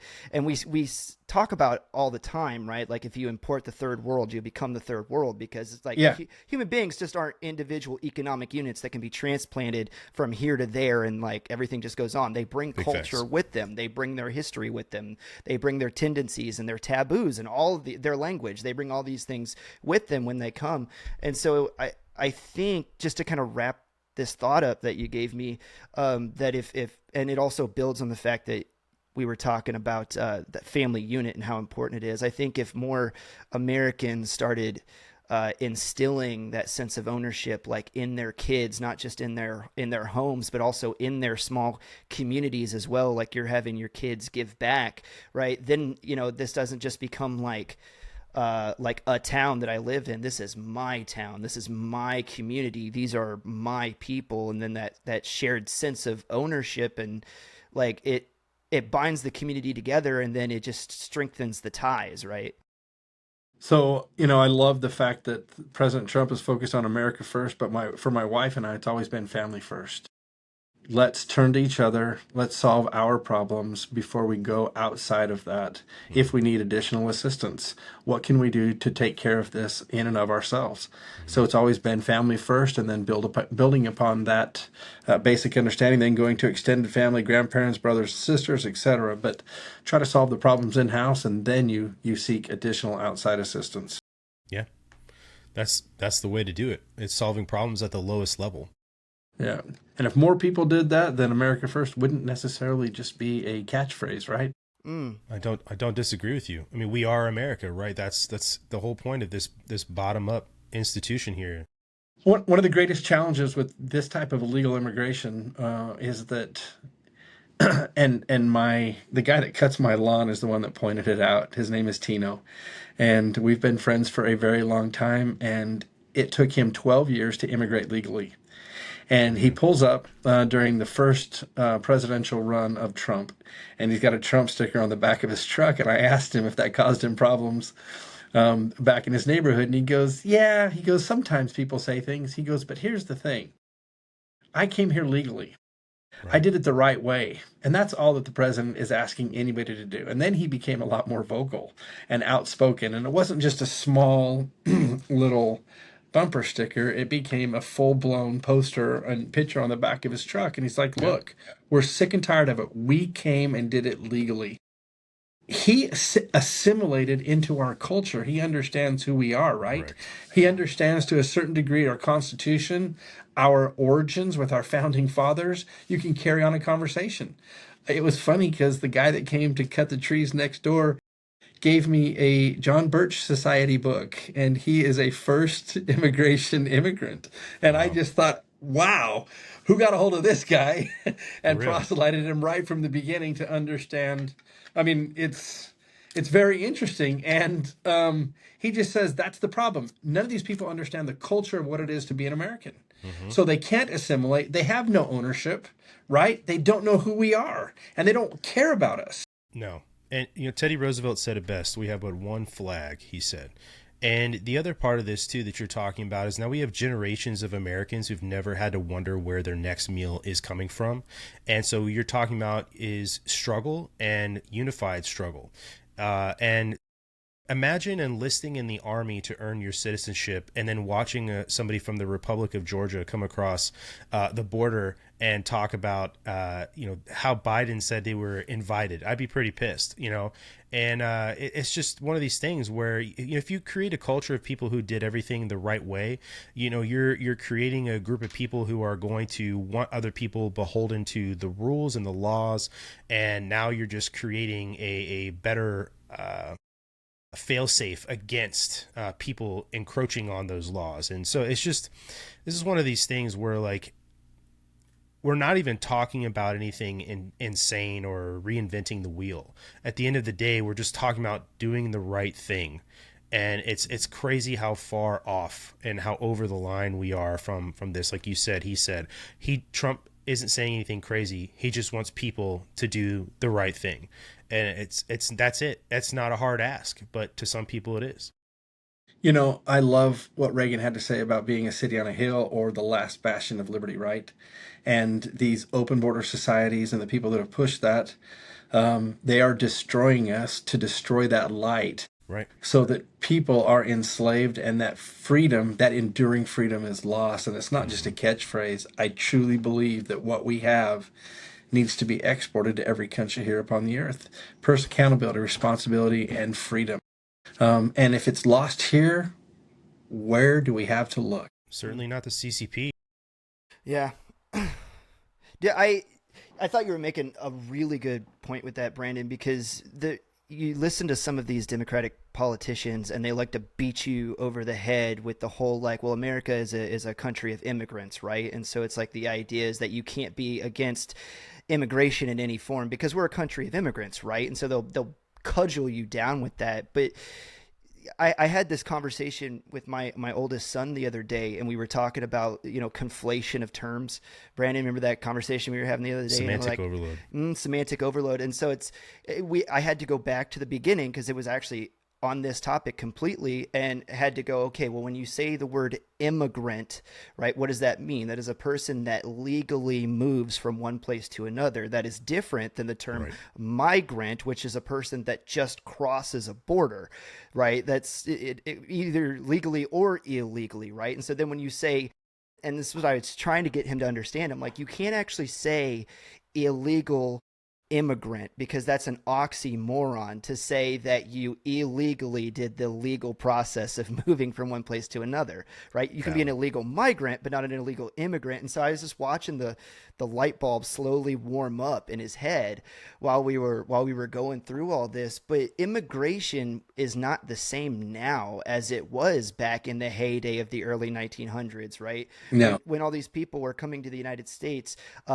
because it was the land of opportunity, and they desired, right, to assimilate into the culture, and they wanted to be American. And we've heard the stories about the people that were willing to give up the traditional spellings of their family's name because immigration officials couldn't spell it correctly. And so they're like, well, we're here. This is our American name now. And they were proud of it, right? And then they moved forward like that, and they wanted to give back to the culture, and they wanted to help build America, and they helped with westward expansion and the building of some of the greatest buildings, the railroad, all this stuff, right? What people are coming for now in the migrant crisis that we're seeing, they're coming here to take. Yeah, for the handout. That is it, exactly. And that is a completely and totally different, fundamentally different thing. So it's like, yes, we are a country of immigrants. These people are not immigrants. And that's why I tied in the whole conflation of terms. Because, I like that. Yeah, because they're not. These people are migrants, and they're coming here to leech off of the welfare state of a corrupt government that is allowing, this situation to exist, that's creating it. But two very different things. And so yes, I think where we need to start is by, first of all, like getting the arena of ideas back by pushing back on some of these like terms that we've allowed to be like stolen and used by the left. And when you're going, that's not what that means. Stop allowing them to say things like that to you, because it's like that term means nothing, right? Well, and I think that has to happen with civil dialogue. And without that, we're not going to make any progress. You just continue to see infighting. When I was chairman of the county for the Republican Party and chairman of the state, a lot of the government teachers inside the high schools would invite me in to give a contrasting viewpoint to the Democrat, and this is that government class that they need for graduation. And I would do it in Spanish, and I would start with the evolution of the Republican Party being against slavery, but I would teach in Spanish. And it was amazing to have some of my children in these classes, and for people then to comment, wow, we never understood this. We've never been taught the truth. So, that's part of some of the challenges, right, of what's being taught in the schools. And by the time they make it to an institution of quote unquote higher learning, they've been indoctrinated to the point where they don't even know how to have a conversation. It's impossible to teach them truth. Right. This is they riot and destroy the campus. Yeah, this is how you get situations like a 22-year-old Swedish girl on a rowboat going into Gaza to go. Well, don't even give her that. It's diesel powered, right? Oh, okay, yeah. Everything is antithetical to her entire climate change argument, right? If it was a rowboat, at least she'd be intellectually honest. That's a good point. That's a good point. Yeah. Yeah. What a freaking charade that is. But Jonathan, I wanted to ask you, kind of go back a little bit to what you were saying before. You mentioned something called BORTAC. Are you able to flesh out what that means to the audience? So the border tactical units that deploy into dangerous areas, tactical. So you have Borstar, which provides medical backup, and then you have the border tactical unit. And I actually, my son's wrestling coach is a member of the border tactical unit. Nice. And just as an experiment, I happened to be on the border one day and I've got good video of them standing there saying, no, you can't come in. You've got to go back. And guess what, guys? It worked. The people turned around and didn't come into the United States. Are you saying it's that easy? It was that easy to stand at the border saying, no, you can't come in. And the people turned around and walked away. But they are the ones that engage in those situations that become a little bit more precarious. They're trained to engage the cartels, and they've been dispatched in this area, quite a few times. Yeah. What, if anything, is the state government of Arizona do, like cooperating with, or any sort of, I guess, to say like collaboration with the Mexican national government to try and facilitate shutting any of this down? Is state government involved at that level, or? So under the Ducey administration, under his first administration, I was appointed to what was called the Arizona Mexico Commission. And it's the only commission and or group within state government that the governor actually managed himself. And so we Awesome. traveled often to Sonora and to some of the other Mexican states to engage with them. We had several different arenas in which we tried to assist. One of them was border control and narcotics trafficking, where we would actually give them a grant and provide oversight for teaching them. I think that oftentimes, just like in the Middle East, we were training people who were then going to work against us and use our same tactics, which I have observed. But we had pretty good relationships with them. Now, Governor Ducey, when the governor of Sonora, Pavlovich, left office, a new governor came in, Durazo, who is still the governor, and he was less efficient, eficaz, at aiding at the border and did less than what Governor Pavlovich had done. So he was of the same party as the previous president of the United States. And I hope that our relationships improve.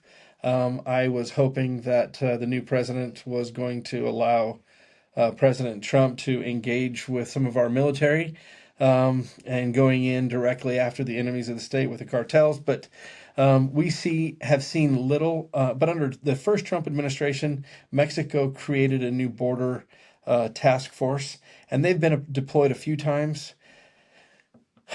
But I found that it's difficult to trust the people on the other side, that you don't know who you're working with. When I was a member of that commission, of that committee, and we were basically emissaries for the state to Mexico, I was working with Marine Corps Air Station Yuma to secure permission that if we had any type or any piece of military equipment go down south of the border, that we would be able to go in and extricate that without creating an international incident. And we never got that signed under the new governor.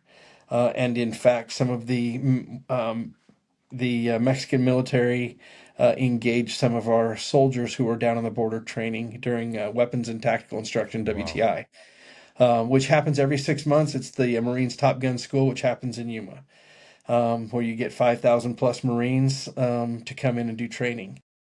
So our national military readiness has been compromised as well because of our bombing range, which lies directly upon that border. And during live fire exercises, we had to actually shut down so that they could go in and extricate the people who had crossed the border illegally. And the head of security, who used to be NCIS for that base, sat down. I invited him to come and talk to RFK so that he could share firsthand those experiences. And Jeff was able to elaborate on those people that had come into those dangerous situations. But Mexico could do a lot more. I'm sorry, I'm really frustrated because there was just no will, no political will during the Biden administration to do anything. But it didn't just start with Biden, right? I mean, Obama was the one that really started creating. He was saying that he was expelling people, but he was not allowing his attorney generals at the state level to prosecute crimes. And so our sheriff had to go in and deputize the federal officers as sheriffs so that then we could prosecute them at a local level. Wow. And so when you ask me what Mexico was doing, they weren't doing much, but our own government was working against us at the same time. And so it was difficult to really do much other than the local control and the local effort. So our county took it upon ourselves to prosecute. So earlier you were talking about like medical attention and things like that being inundated. How much did having to prosecute the local level because the government was tying your hands behind your back, how much did that inundate your legal process at the time? Well, we still have people that are in jail. Some have been extradited to other areas because they've been tied to the cartels or to other trafficking organizations. Yeah. And some were then set free by the Biden administration under the guise of, we're going to take care of them somewhere else. But they were probably released into, Denver or Salt Lake City or Seattle or someplace else Yeah. like that to facilitate. So no, they were 100% working against us, and our sheriffs were frustrated. Yeah. Again, it goes right back to the whole border patrol thing that we were talking about Yeah. before. What's the sense in putting this uniform on and wearing this badge and putting a gun on my hip and going to work every day, putting my life on the line if the people who I'm working for don't even have my back? I mean, that's, yeah, just, pissing down my neck and telling me it's raining is exactly what that is, It's just, I don't know. That's the part that really frustrates me, and I've been in that position before. Like, cops notoriously, like, leadership changes so often that you go and do one thing and you learn how to do something, respond it's in a certain way, or engagement with people in a certain way, and then you get different leadership, and now what you've learned how to do is no longer okay, or now you're being vilified for what you're doing. It's just it's one of the most, it is, Border Patrol, especially over the last several years, one of the most thankless jobs in the United States, and those guys are doing a bang up job at it. But the whole negative approach against law enforcement in general, right? That we've seen over the last few years to defund the blue. I mean, that had a negative effect on all law enforcement, and Yeah, everybody felt it. And it created uncertainty in lots of communities and destabilized communities. And, it's a they culture did now. defund. It's a culture, yeah. And that, while simultaneously allowing people to come illegally into the cities and communities. And then you had Tren de Aragua, who were taking over apartment complexes. And I believe that we Yeah. only had a little bit reported because the media doesn't report all of the things that happened in Hmm. even these small communities. Yeah. Well, You guys in Arizona, go ahead, what do you Chris. think about the fallout of that too, though, Brandon? Right? Because it's like you got these dudes that were in that learned, like these are the methods, right? Like this is how we do law enforcement, and then they see the change, and it's like, oh, now we're no longer allowed to do law enforcement. It makes them Hmm. frustrated, and then Yeah. like you've been telling us stories, Jonathan, about guys who are like, I'm done. If I can't do my job, I'm not going to be here, right? And then they leave. But what about the dudes that come in? And they're like the baby law enforcement guys, and this is how they're trained from the off, and they're like, oh, this is how the job is done, right? Like that's going to have long There, lasting implications there, inside of there are those organizations too. two things with that right up front. First and foremost, you're creating a generation of people who are doing it the wrong way and think that the way they're being taught is okay. And more than likely, you're going to have the old hats in the agency who are like, we used to do things this way, and now we're doing it this way, and that's wrong. And now you're creating conflict points as well, and you're going to create indifference between the younger generation and the older generation. And I've seen this, in military law enforcement as well. The way I came in and the things we did things 15 years ago is now different, right? And there's an active suppression against the old way from some of these people who are more worried about their ass than they are about doing things the right way. And you create these conflict points. And then the other part of it too is when you create a generation of law enforcement officers who second guess their decisions in the middle of situations, now you're causing issues with officer safety, and you're creating hesitancy, and those precious seconds could be the difference between you going home that day or not. And that's the sort of culture and environment you're creating. And at the end of the day, all you've done is neuter your police force in so many different ways. Yeah, it's interesting. Locally here, the city council decided to go outside of the channels to hire a new police chief, and so then this new police chief came in from West Virginia, and a very law and order type of person.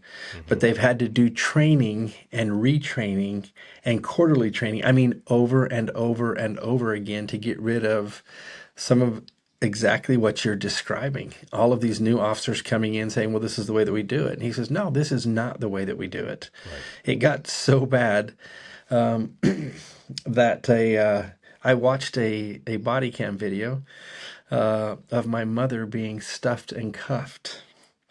Somebody Wait, called. what? Yeah. What happened, if you don't mind my asking? Well, this is funny. I am out Okay. in Alabama attending my son's graduation from officer school, and I get a call from my father, I get a call from the mayor, and I get a call from the police chief. And Oh I'm no. wondering what is going on. So I leave the restaurant, go outside. I talked to the mayor first, and he said there was an incident involving your mother. And I said, okay. And then my dad's calling me. I said, well, let me take my dad's call. And my dad is absolutely livid. My mother made a left-hand turn and clipped a road sign. There was no damage to the road sign. And in fact, the only video that we had was from the top of the police station looking down at this intersection. And she was in a little Ford Ranger. Somebody called in a hit and run. Solid. They went to my mother's house, and in front of the neighbors. She was being interrogated. These officers didn't go back and investigate what had actually happened. They just had a report of a hit and run. And the young officer said, he was being trained, and his trainer was with him. He says, well, we're going to give you a citation, and you should have reported it. And she asks a simple question. My mother's almost 80 years old. And she says, well, who should I have reported it to? Who owns the sign? And I'm watching this video. And the trainer then asks the trainee to turn off his body cam. And we can see the video, but there is no more audio. They come back and he says, I'm going to read you your rights, and cuffed my mother and stuffed her in the car and left her there for an hour. Wow. And then dispatch or somebody else, they were going to take her down and admit her into a holding cell. And somebody called and said, you know, you may want to rethink what you're doing. And the training officer pulls my mom out and said, I apologize. We just found out what your name was. Thank you for not throwing around your name. And my mom says, well, what does that have to do with doing the right thing?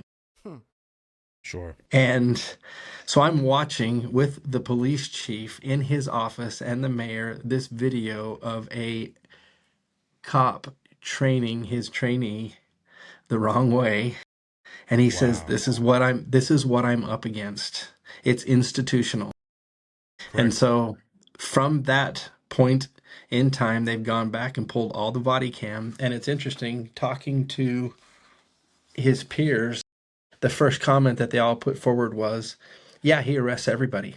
Doesn't matter what they've done. And so you have defund the blue, you have bad actors, and then you have these people being trained to go and do the same thing over and over again. Now, I settled my parents down over the next 6 to 8 months, and the police chief and the mayor went and sat down with them and apologized over and over and over again. And this individual was relieved of his duties as a trainer. But it's difficult to go back and retrain your entire force to do things the right way. Right. But that's exactly what he's having to do. No, believe me. I mean, we have a lot of similar issues when I was still active duty in the Air Force. With a lot of this training, and even then, it's you're talking about, I don't know, tens of different bases all over the world who do things a different way, and the communication between our training center, security forces training center, and all these different bases, right? Like it's a constant process of training and retraining and telling people how to do things. And it's even just from the very simple standpoint of having a standard and not having a standard causes so many different issues. It's like, here we are again, back at the whole, like, doing things the right way and standards matter conversation. It's just, in law enforcement and in the military in general, it can mean life or death. It really can. Having a standard is the most important thing when you're on a team, and that team is meant to defeat another force or to provide law enforcement for a community, Yeah.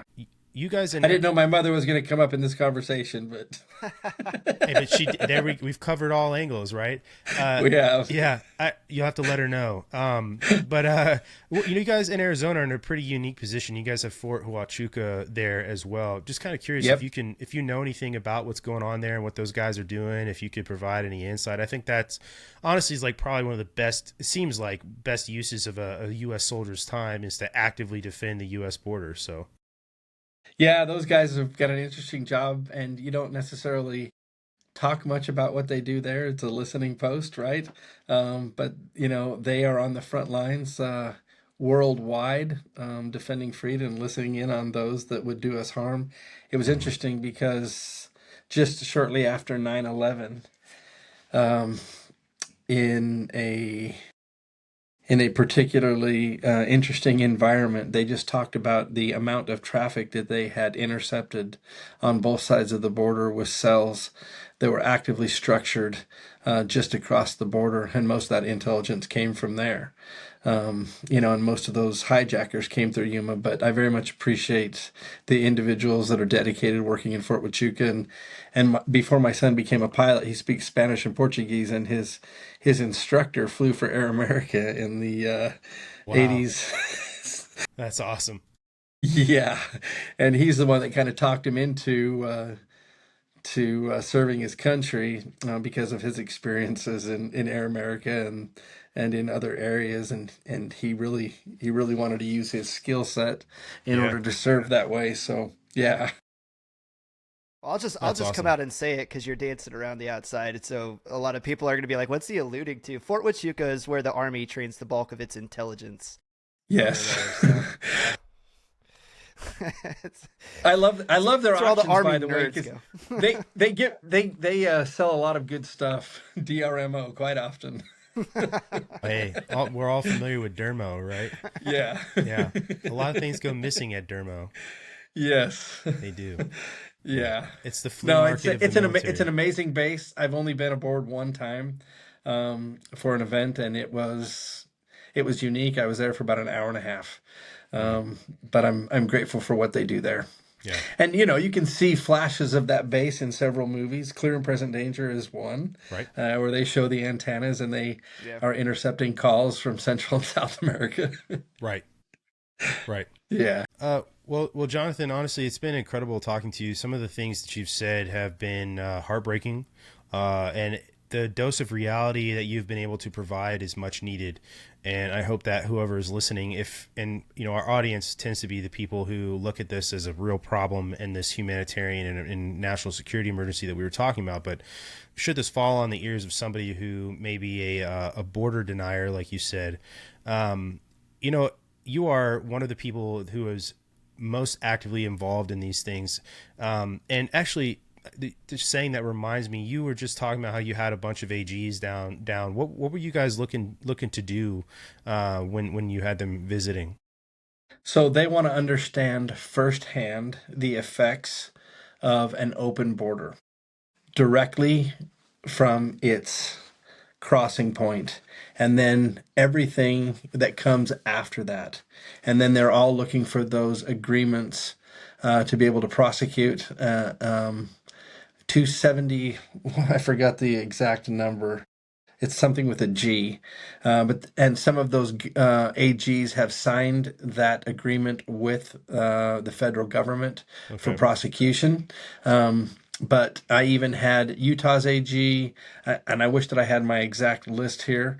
And I wish that Holman would have been with us, and that Pam Yeah. Bondi would have come back to be able to provide some additional color. But they want to know firsthand what it was like, because they're dealing with the aftermath and the consequences of open border. They don't want to see it repeated. They want the border to be secured, because all of these people, they didn't stay at the border. They are throughout the United States. And again, Yeah. every community is a border community now, and they're dealing with it every single day. Yeah. Every single day. That was their message to me. You know, It it's didn't have to happen. No, it's crazy to hear that. You said that all these AGs from all over the United States are dealing with it every single day. I can't even imagine, now on top of the other crime that you have to deal with, on top of the other services you have to provide for Americans, literally every aspect of life from a first responder standpoint, whether you're fire department, police department, EMT, public servant, right? Whatever capacity you operate in as a public servant now has to account for people who are here illegally and have no business being in this country. And you talked about the impact on lives earlier, Chris. Like it's not just the dangerous impact. It's the everyday impact now that people have to deal with. This has become a problem at the national scale, and it's something that we are just going to be dealing with now for the long term, especially when you have judges like what happened, we talked about earlier in Boulder, who have these district court judges who have the ability to institute national injunctions on the president and the things he's trying to do to get rid of some of these people. It's just, we're cutting off our nose to spite our face, or shooting ourselves in the foot, whatever colloquialisms you want to come up with. But it's incredible to see how people can't just unite behind something like this. When you look at the human cost, the American human cost, it is literally it's metastasized into every single aspect of society. They wanted to meet firsthand with the sheriff who had deputized federal officers in order to be able to prosecute. And so the sheriff was able to share that directly. This is what we did and this is how we proceeded. And they want to go back and be able to empower. The sheriffs have such an important and vital role to play in the United States, being a constitutional elected official that represents the people. And to get good sheriffs and to make sure that we sustain and support their efforts is critical. And they wanted to know what they could do to support them. But it's also, what are the after effects? What's the aftermath? How do you deal with the fentanyl? What are you seeing? What are you going to do? And they want to know how they can be supportive, especially on a national agenda, supporting the president, supporting Pam Bondi and those efforts to secure the border and provide national security long term. They want to see everything. They want to see a permanent solution to some of these challenges so that they don't keep dealing with them year after year after year, where you grow services to take care of people that are not willing to take care of themselves. Mm-hmm.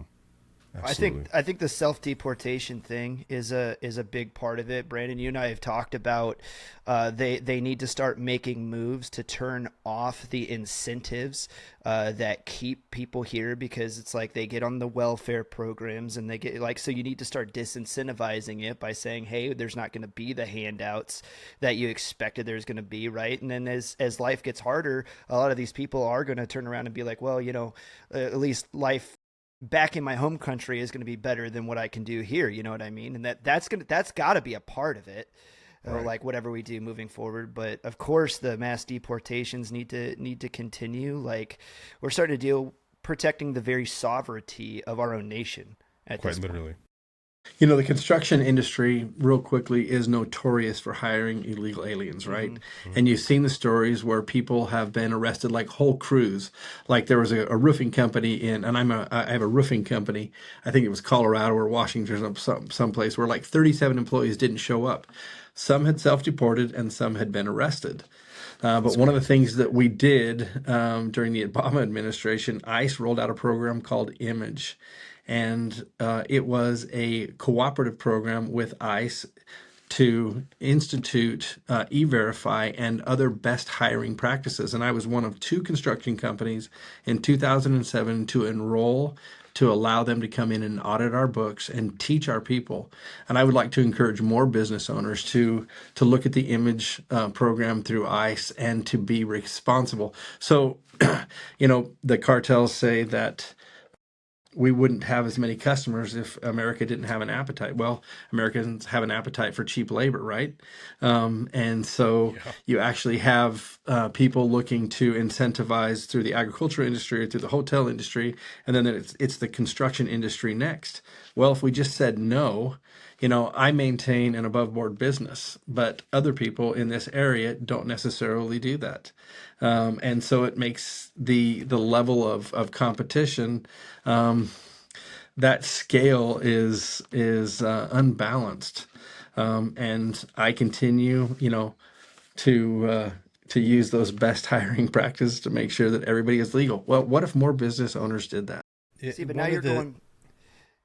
Yeah, I was just going to say, you're talking about hiring practices. One of the things right. I am reading about are all of the homes that got built up in this country over the last 4 years, and the amount of illegal immigrants that were hired to work at these construction sites, and how much they're not up to code because it's just some dude out there and they're having to put up drywall or hammer, put in joists for your house, and your people are all over the country who have issues with companies that mass produce homes. KB, this isn't one of these companies. I'm not saying that KB has had these issues, like, don't sue me. I'm just saying, like, some of these large conglomerates of home builders. But yeah, I mean, this is, again, every aspect of life here in the United States is going to feel it in some way, shape, or form. Yeah. But what you were talking about there, John, is going back to caring more about your community than you care about just your profit margins. Yeah, 100%. Right? Like Yeah. No, and I've got to be an example. If I want to be a leader in my community, I've got to be the example. That was one of the things that General McRaven he just kept drilling it home over and over and over again. You can't ask somebody to do something that you're not willing to do yourself. Yeah. You've got to be on the front lines modeling that example in order for the other people to do it. And only 2 construction companies, a cement company and a roofing company, 2 in a community that's growing, only 2 took the time to enroll. And I sent out an email to all of them inviting them to do it. But guess what? They were worried about being the repercussions of doing it, and they were operating with illegal labor. Right. Of course they were. Why wouldn't they be? You know, one of the things that Admiral McRaven says in his book too, and this is a message, I think it might be a good closing message, and I'm going to talk to all of our elected and unelected officials in this country. But if I cannot trust you to do the little things right, how can I trust you to do the big things right? Because you have shown me over and over and over again that you cannot be trusted, and the only standard I have come to expect from you guys is failure. that's a biblical. He shared one story about his first assignment after graduating to be a SEAL. He was asked to respond or to report to a CO, and he was like, wow, he knows my name. And so he goes to his commanding officer, and he goes, what do you think he's going to have me do? So he shows up, and he says, I want you to build a frog float for the parade. And he's disheartened, and he goes back, and he goes, well, he just asked me to build a frog float for the parade. And he goes, well, if he, being our leader, has asked you to do that, don't you think that it's important to him? And are you going to do that little small task well? And he said it wasn't very long after that he was identified with future leadership capacities and abilities because he was able to do a small thing well, and people trusted him. And then he showed a picture of that float, and guess what? It was a pretty good looking frog float. Yeah. Yeah. Well, Jonathan, I really, really appreciate your time. I know you're a busy guy, and not just because of your 11 children, which is amazing and definitely a blessing, but of all the other work that you do. And we got a snapshot of that by listening to you. But if somebody was interested in following what you do and learning more about what you do in the border, where could they go to follow you or get more information? Instagram or Facebook, it's JW Alliance, and then also the Border Security Alliance. I'm the chairman of that board, working with law enforcement, military, and elected officials and other think tanks across the country to help them understand specifically the responsibilities that we have along the border and to secure long-term policies that provide national security here in the United States. Well, honestly and sincerely, thank you so much for what you do, because it's we've talked to a lot of people on this podcast, and not everybody is involved at the level that you are. And it's a very rare thing, but it's a very necessary thing. So thank you for what you do, and not just thank you for your time, but it's incredible to see people like you actively working to keep our country safe. And the job that you do isn't just affecting Yuma County or Arizona, it's affecting the United States. And genuinely, people like you, there needs to be more people like you in this country. And it's an honor and a privilege to be able to talk to you and capture just a little snippet of what you do and what you provide for our country. Thank you, Brandon. And I'm raising 11 of them, so hopefully they catch on. That's what, yeah, exactly. We need maybe you should have more, I don't know. Or other people pick up the mantle and I turned 55 last week. My wife's 1 year older than I am. Right. Yeah.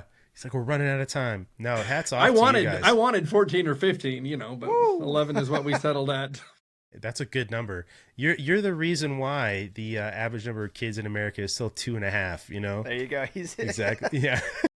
But here's the other problem, guys. That number is declining. Yeah, it is. It is a problem. And what happens when that number declines? Then your country changes. We've said that before too. We were talking to Dan Holloway, talking about this is goes back to sovereignty too as well, Chris. Sovereignty has a lot to do with national identity, and faces will start to change. Just put it that way. You look at the European leaders who are now stating, that we are this country. This is our this is who we are, and they're kind of reclaiming that in light of the invasions that have happened. You know, and they really have themselves to blame because they're so much older than the United States, and they have been fighting about who they are with one another for millennia. So yes, they have their own issues that they need to remedy, and I love the pressure that President Trump puts on them to unfuck themselves and be the allies the West needs and actually uphold Western values. You know, places like Paris. Hats off to Adam, our good friend Adam Dorito, who is over there in the Normandy region right now, looking to jump for D-Day on Friday. Lucky guy. I know, pretty badass. But we were joking with him. It was like, hey, you see what's going on in Paris? He's like, I might have to go liberate him again, and it's true. They've got all these problems going on, you know. So it's a Western problem as well to speak on it from a 30,000 foot view. But again, thank you so much for your time. Everything that you guys do. I'm really excited to put this episode out. It's definitely going to need a disclaimer, and that's good. People need to hear these things. Some of the things that you shared, you know, are pretty dark, but this is the truth, and the truth needs to smack people in the face. Absolutely. So, guys, if you're listening, please consider following more interviews like this. Like I like to say, we are I Came With Fire podcast, and we are trying to be a bridge in the divide, a voice for educated opinion and center views, and get back to having those conversations you were talking about with one another, Jonathan. And do us a favor, check out the show notes for our sponsors. One of the best ways to support us is by supporting those sponsors. And we will catch you guys on the next episode. Jonathan, hope you have a good night. Thank you very much. Thanks, Chris. Thank you, Brandon. Absolutely.